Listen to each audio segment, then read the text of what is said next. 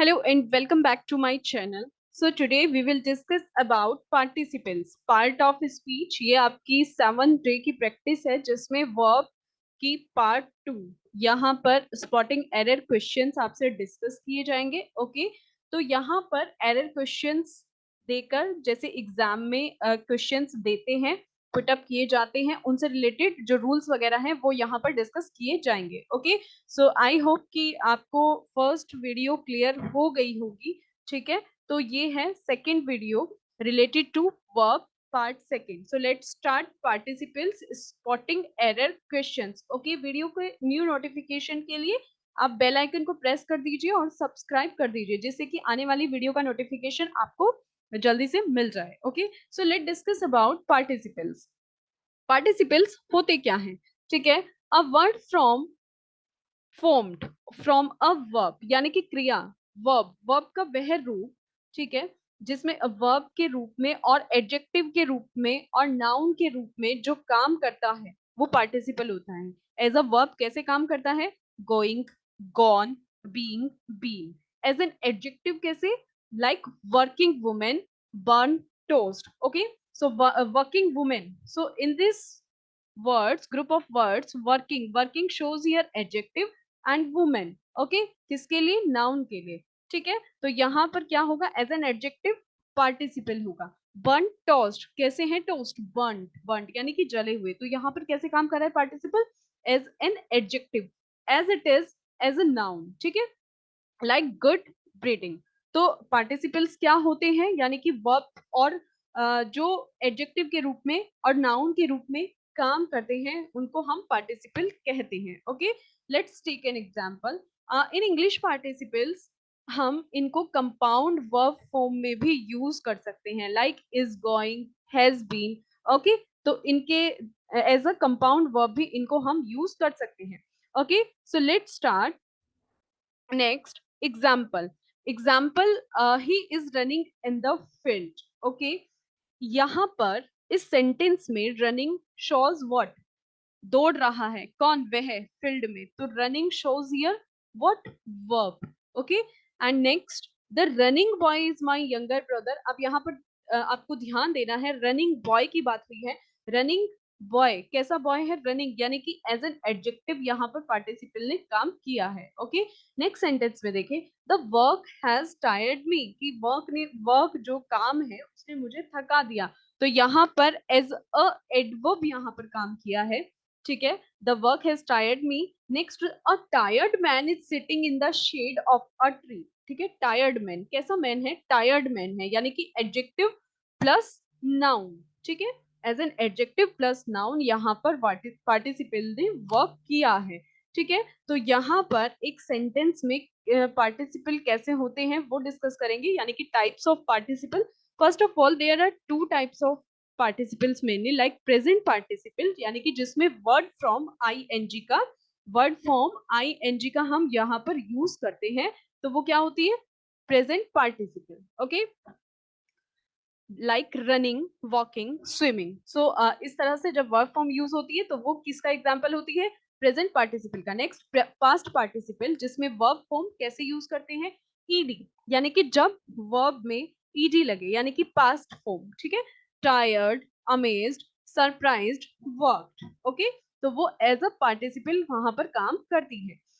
T, sent, bent. Okay, en like eaten, bitten. ठीक है, तो इस तरह से वर्ब फॉर्म पार्टिसिपल में, पास्ट पार्टिसिपल में वर्क करती है.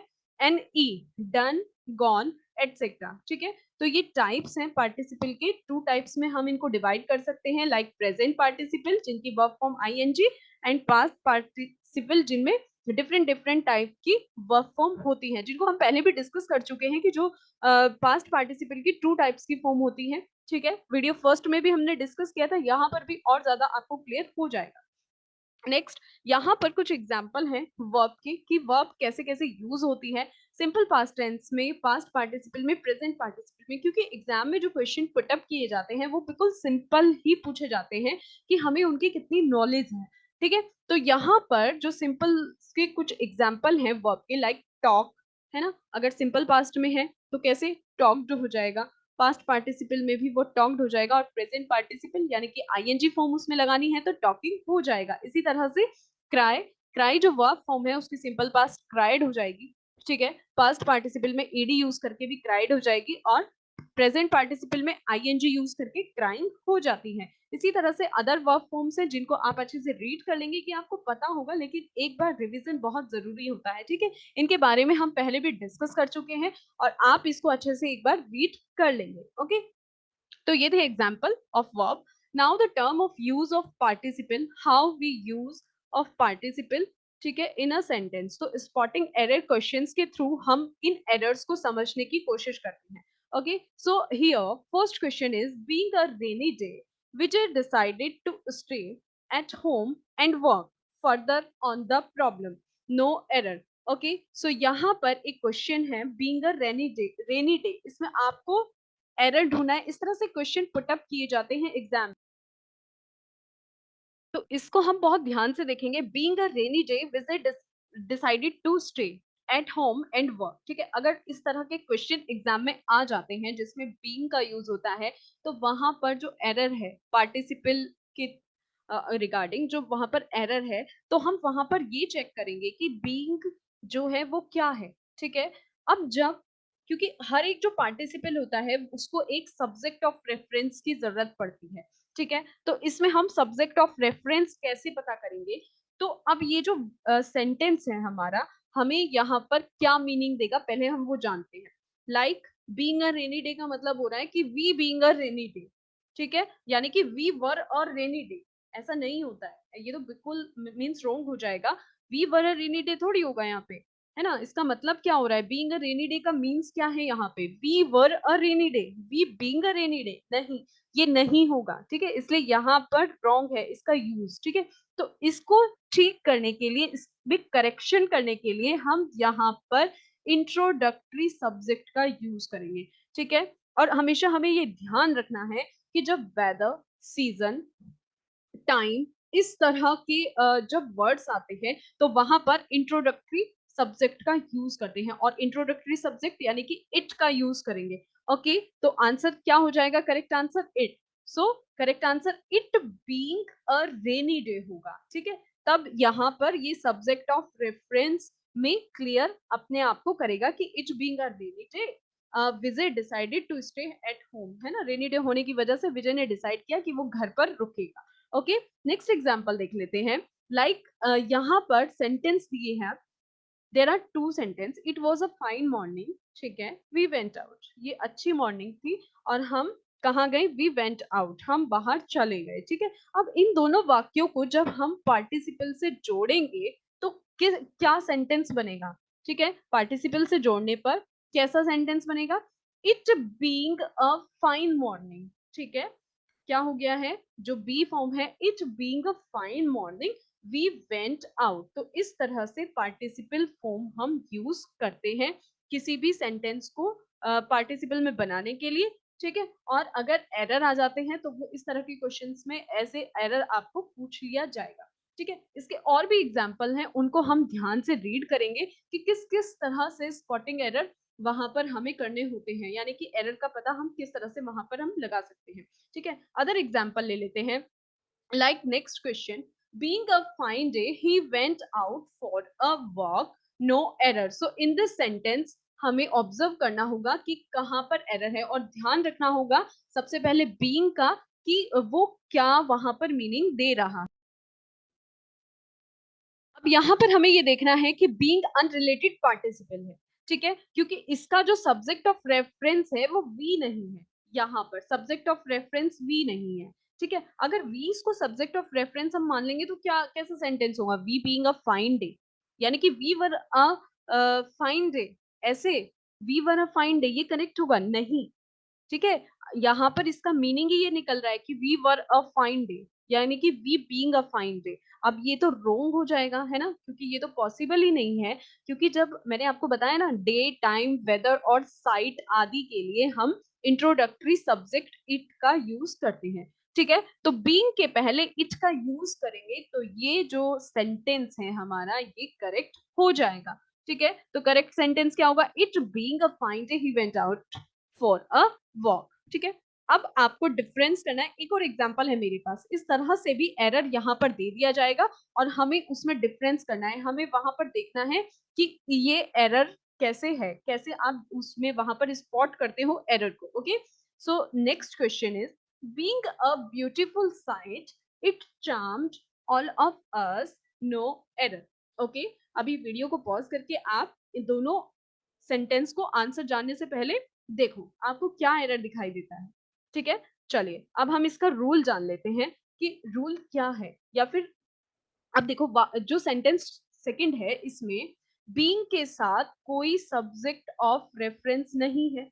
ठीक है, सेकंड सेंटेंस में नहीं है ना, बीइंग के साथ कोई सब्जेक्ट तो नहीं है, सब्जेक्ट ऑफ रेफरेंस नहीं है, लेकिन जो सेंटेंस का मेन वर्ब है सब्जेक्ट के रूप में इसमें क्या है, सब्जेक्ट के रूप में उसके पास क्या है, इट का यूज हुआ है।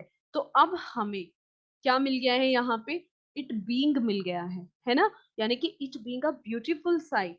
ठीक है, यहाँ पे हमें ये क्या मिल गया है, क्योंकि ये जो सब्जेक्ट ऑफ रेफरेंस है इसमें यहाँ पर हमें सब्जेक्ट के रूप में इट मिल गया है, तो इसका मतलब अब क्या हुआ यहाँ पे, it being a beautiful site. और जब यहाँ पर means it was a beautiful site, ठीक है, जो बिल्कुल करेक्ट है, तो इस सेंटेंस में हमें कुछ करने की जरूरत ही नहीं है, ये बिल्कुल करेक्ट हो गया है।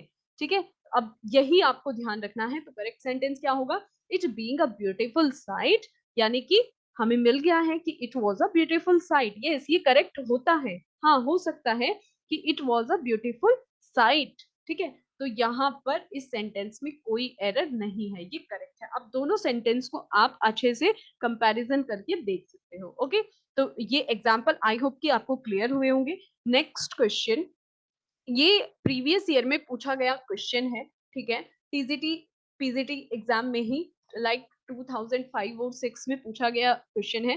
He jumped off the bus while it, and options moved, was moving, had moved, had been moved। ये कंफ्यूज करने वाले क्वेश्चंस होते हैं, बस यहाँ पर प्रेजेंस ऑफ माइंड की हमें जरूरत होती है। ठीक है, ये देखने में तो इजी सा क्वेश्चन लग रहा है, लेकिन ये वहां पर क्या हो जाता है, इस तरह से क्वेश्चन दिए जाते हैं, मॉडरेट क्वेश्चन पेपर बनाया जाता है। देखने में तो इजी लगता है बट वो इजी होता नहीं है। ठीक है, अब आप इस सेंटेंस को ध्यान से रीड कीजिए और बताइए करेक्ट ऑप्शन क्या होगा। ठीक है, ये प्रीवियस ईयर का पूछा गया क्वेश्चन।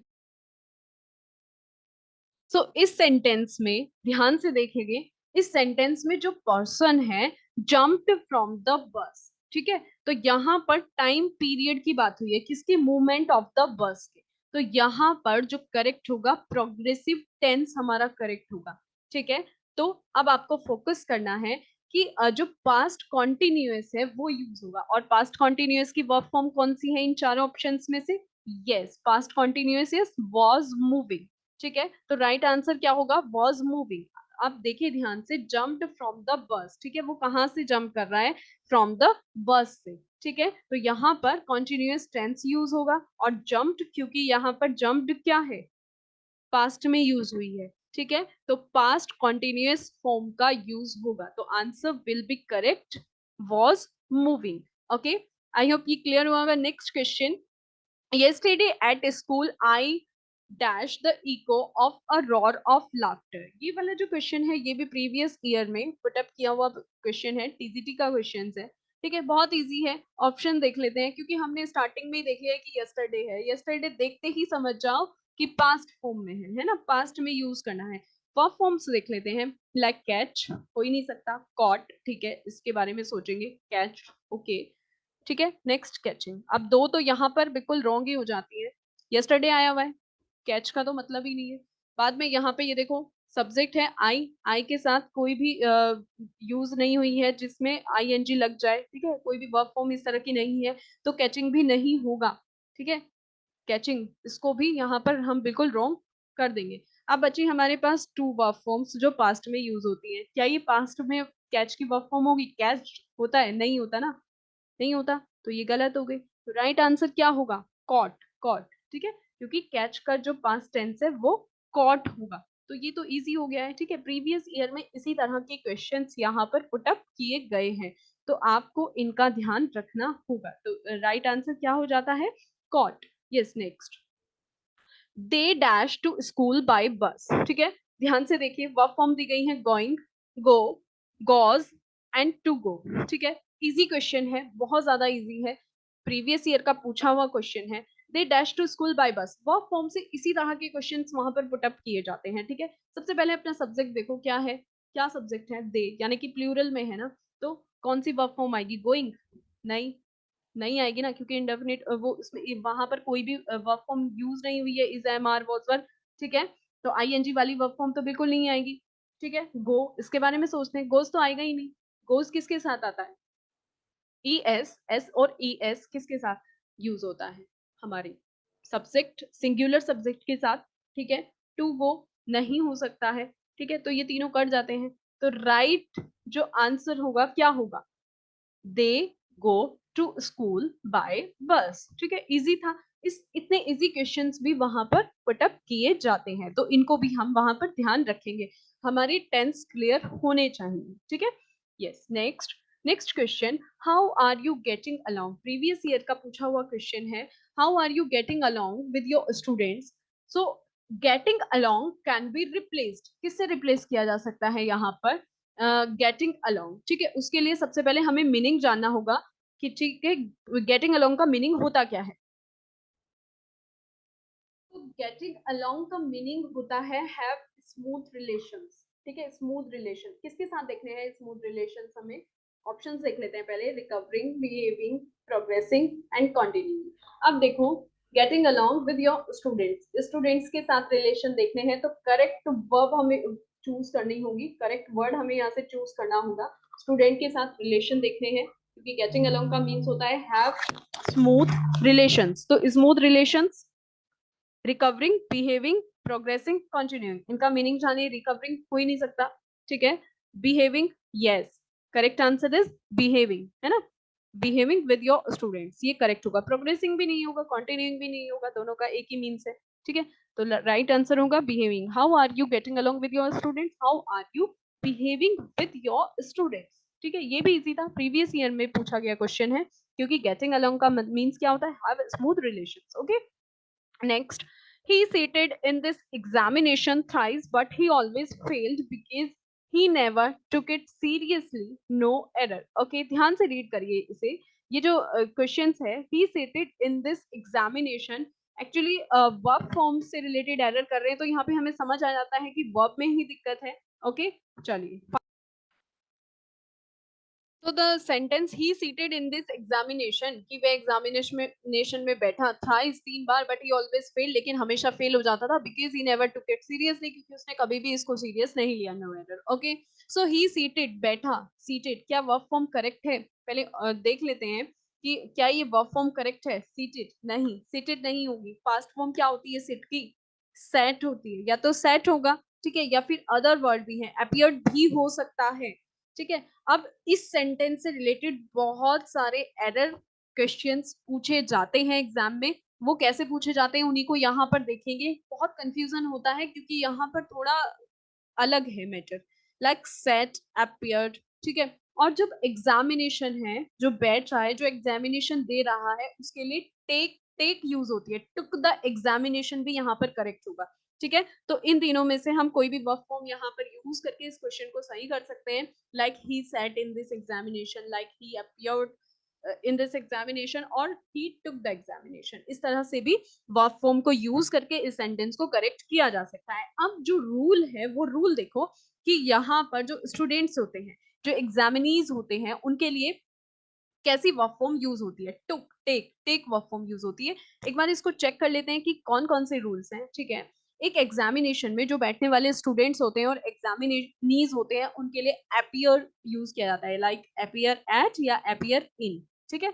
और स्टूडेंट्स और एग्जामिनेशन के लिए यूज किया जाता है एग्जामिनीज, यानी कि जो एग्जाम दे रहे हैं उनके लिए यूज किया जाता है टेक एन एग्जामिनेशन, ठीक है। ये जो वर्ड है ना, टेक और गिव, इसको लेके बहुत ज्यादा कंफ्यूजन क्रिएट होता है, तो यहाँ पे कंफ्यूज नहीं होना है।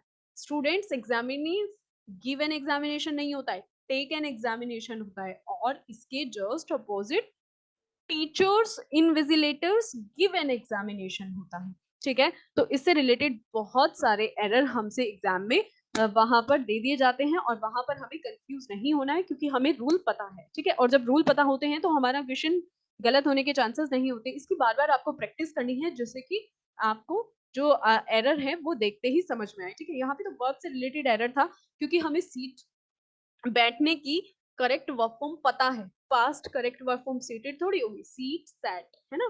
सेट होती है ना, सेट मीन्स बैठा। बैठा कहाँ? इस एग्जामिनेशन में 3 बार बैठा लेकिन फिर भी फेल हो गया, ठीक है। तो अपियर्ड भी यहाँ पर आ सकता था, करेक्ट होता। टुक द एग्जामिनेशन अगर आता तो वो भी करेक्ट होता, अब वो गलत नहीं होता। आप उसको ऐसे नहीं कर सकते थे कि ही गिव इन दिस। गिव नहीं होता है, गिव किसके लिए होता है? टीचर्स और इन्विजिलेटर्स के लिए। Give an examination students examinees के लिए होता है take an examination. Okay, I hope कि ये आपको क्लियर हुआ होगा, ठीक है। अदर देख लेते हैं, एक और एग्जाम्पल हम इसमें देखेंगे। इस तरह के और भी एग्जाम्पल्स हैं जो क्वेश्चन में पूछ लिए जाते हैं इस तरह के वर्ड देकर, ठीक है। तो sentences, the eminent journalist expressed his helplessness in making the seminar to be held in the university premises, ठीक है। जो यूनिवर्सिटी के प्रीमिसेस थे उसमें जो एमिनेंट जर्नलिस्ट थे वो अपने आप को हेल्पलेस कर रहे थे, एक्सप्रेस कर रहे थे in making seminar to be held, ठीक है। यहाँ पर एरर आपको ढूंढना है इन मेकिंग सेमिनार। तो जो हमारे प्रीवियस हमने क्वेश्चन सॉल्व किया है उसी की तरह का एरर यहाँ पर है। वर्ब में चेंज दिया जाता है, ठीक है। तो यहाँ एरर होगा इन मेकिंग द सेमिनार, ठीक है। मेकिंग द सेमिनार नहीं होगा, ये रॉन्ग होगा, ठीक है। करेक्ट वर्ब फॉर्म क्या होगी? मेकिंग के बदले ज्वाइनिंग या पार्टिसिपेटिंग इन का यूज होगा। ओके, क्योंकि सेमिनार में ना भाग लिया जाता है, पार्टिसिपेट किया जाता है। मेक अ सेमिनार तो बिल्कुल रॉन्ग हो जाएगा, ये इसका कोई मीनिंग ही नहीं है, ठीक है। मेकिंग द सेमिनार नहीं होगा। यहाँ पर इस तरह से भी वर्ब फॉर्म दे दी जाती है और उनमें एरर पूछ लिया जाता है। तो अगर हमें करेक्ट पता है तो हम वहां पर एकदम से उसको फाइंड कर लेते हैं, ठीक है। तो मेकिंग का यूज रॉन्ग होगा। ज्वाइनिंग, पार्टिसिपेटिंग या फिर अरेंज, अरेंज भी करेक्ट हो सकता है, ठीक है। किसी भी सेमिनार में पार्टिसिपेट करना या उसको ज्वाइन करना या अरेंज करना, ये करेक्ट होगा। ओके, तो इसको ध्यान रखेंगे। नेक्स्ट जो क्वेश्चन है, before the Aryans dash to India Dravidians had lived there, ठीक है। ये भी प्रीवियस ईयर का पूछा गया क्वेश्चन है। इसमें आपको 4 ऑप्शंस दिए गए, coming, come, came and did कम, ठीक है। यहाँ पर वर्ब फॉर्म्स दी गई है। प्रेजेंट पार्टिसिपल फॉर्म है, कम प्रेजेंट फॉर्म है, केम पास्ट फॉर्म है, डिड कम, ठीक है, पास्ट फॉर्म। अब यहाँ पर आपको ढूंढना है एरर। एरर नहीं, आपको यहाँ पर करेक्ट वर्ब आपको फिल करनी है। Before the Aryans to India Dravidians had lived there. अब यहाँ पर देखिए सेंटेंस में हैड लिव्ड आया है यानी कि पास्ट परफेक्ट टेंस यूज हुआ है, ठीक है। हेड के साथ V3 आती है, यहाँ तक करेक्ट है। पास्ट परफेक्ट यूज हुआ है। अब ये आपको ध्यान रखना होगा, ये जो रूल क्या कहते हैं कि जो पास्ट परफेक्ट होता है उसके साथ पास्ट परफेक्ट टेंस के साथ पास्ट इंडेफिनिट का यूज होना बहुत जरूरी है, ठीक है। एक क्लॉज में अगर पास्ट परफेक्ट है तो दूसरे में पास्ट इंडेफिनिट होगा, ठीक है। तो ये जो यहाँ पर फिल इन द ब्लैंक्स है, इसमें करेक्ट जो वर्ड फॉर्म आएगी वो आएगी पास्ट इंडेफिनिट की, ठीक है। पास्ट यानी कि केम, कम, केम, कम, ठीक है। तो केम करेक्ट वर्ब फॉर्म, तो आंसर विल बी केम, ठीक है। आई होप ये रूल आपको समझ में आया होगा कि अगर पास्ट परफेक्ट टेंस है एक क्लॉज में तो दूसरे क्लॉज में पास्ट इंडेफिनिट होगा, ये रूल होता है। ओके, नेक्स्ट चलते हैं। Next question, a pair of trousers dash to go into his suitcase. बहुत ज्यादा क्वेश्चन पुटअप किए जाते हैं क्योंकि यहाँ पे कंफ्यूजन होता है, ठीक है। क्योंकि ये जो ट्राउजर्स है क्या है, कलेक्टिव नाउन को शो कर रहा है, बट यहाँ पर कंडीशन अब क्या है, अ पेयर ऑफ ट्राउजर्स की बात की गई है। तो इसके अकॉर्डिंग आपको वर्ब फॉर्म चूज करनी है। Options are should, were, are और इज, ठीक है। अब should a pair of trousers dash to go into his suitcase, should to go या वर टू गो या आर टू गो या इज टू गो, तो यहाँ पर आपको चूज करना है। आपको ये ध्यान रखना है कि जैसे पैंट, सीजर्स, ट्राउजर्स ऐसे नाउन है जो इनसेपरेबल होते हैं, यानी कि इनका जो एक पार्ट है ना वो दूसरे पार्ट से जुड़ा रहता है। तो सेंटेंस में ये जब एज अ सब्जेक्ट यूज होते हैं तो इनके साथ प्लूरल वर्ब फॉर्म का यूज होता है। लाइक अगर हम इनमें से देखें तो वर या आर है ना, लेकिन आर है ना, तो प्लूरल वर्ब फॉर्म का यूज होगा। लेकिन जब यहाँ पर क्या है, अब पेयर का यूज किया गया है तो ऐसे नाउन के साथ इनके जो 2 पार्ट है ना, यानी कि यहाँ पे एक ही थिंग का यूज हो रहा है, अ पेयर ऑफ ट्राउजर से यहाँ पर एक ही थिंग का यूज हो रहा है कि जो ट्राउजर है वो अ पेयर यानी कि एक ही थिंग है, ठीक है। इसीलिए यहाँ पर जो वर्ब फॉर्म आएगी कौन सी आएगी, इज, ठीक है। जब ये एज अ सब्जेक्ट यूज होते हैं तो ये अपने साथ प्लूरल फॉर्म लेते हैं, यानी कि अ ट्राउजर्स नहीं, सॉरी, ट्राउजर्स, अगर ये एज अ सब्जेक्ट आए, ठीक है। अब पेयर ऑफ ट्राउजर्स की बात हो रही है तो अ पेयर ऑफ ट्राउजर्स यानी कि वन थिंग की बात हो रही है, इसीलिए अपने साथ करेक्ट वर्ब फॉर्म सिंगुलर लेंगे, यानी कि इज यहाँ पर करेक्ट हो जाएगा। Okay, next question, as sheep are to a flock so are cattle to a, collective noun से रिलेटेड है। बहुत ज्यादा क्वेश्चन इससे पुटअप किए जाते हैं, ऐसा लगता है देखने में कि बहुत इजी है, बट यहाँ पर कंफ्यूजन क्रिएट होता है। Okay, options are swarm, multitude, pack और हर्ड। ओके, चार ऑप्शंस हमारे पास हैं। अगर हमें करेक्ट इनका पता है कि किस कलेक्टिव नाउन के लिए कौन सा यूज होता है, ठीक है, स्वाम ऑफ बीज होता है, मल्टीट्यूड यानी कि लार्ज नंबर ऑफ पीपल और थिंग्स से मतलब है, पैक ऑफ वॉल्व से मतलब है, तो करेक्ट आंसर क्या हो जाएगा, हर्ड हो जाएगा, ठीक है। हर्ड यानी कि a sheep are to a flock so are cattle to a herd, so correct answer will be herd, ठीक है। इसका ध्यान रखेंगे। और एग्जाम्पल्स है मेरे पास यहाँ पर, आप इनको अपने नोट्स में लिख सकते हैं, जिसे कि आपको रिवाइज करना पड़े तो आप अपने नोट से रिवाइज कर लें, बार बार इनको ढूंढना ना पड़े, सर्च करना ना पड़े, ठीक है। यहाँ पर जैसे एनिमल्स हैं तो उनके लिए कलेक्टिव नाउन फॉर बीज स्वाम, फिश के लिए शॉल और स्कूल होता है। ओके, शीप के लिए हर्ड यूज होता है, शिप्स के लिए फ्लीट, बर्ड्स के लिए फ्लोक, लायंस प्राइड, वॉल्स यानी कि पैक ऑफ वॉल्स, कॉलोनी है ना, आंट्स के लिए यूज होता है। और ह्यूमंस बीइंग में अगर देखें, पीपल में एक्टर्स, एक्टर्स के लिए ट्रूप, कंपनी और कास्ट, इनका यूज कर सकते हैं।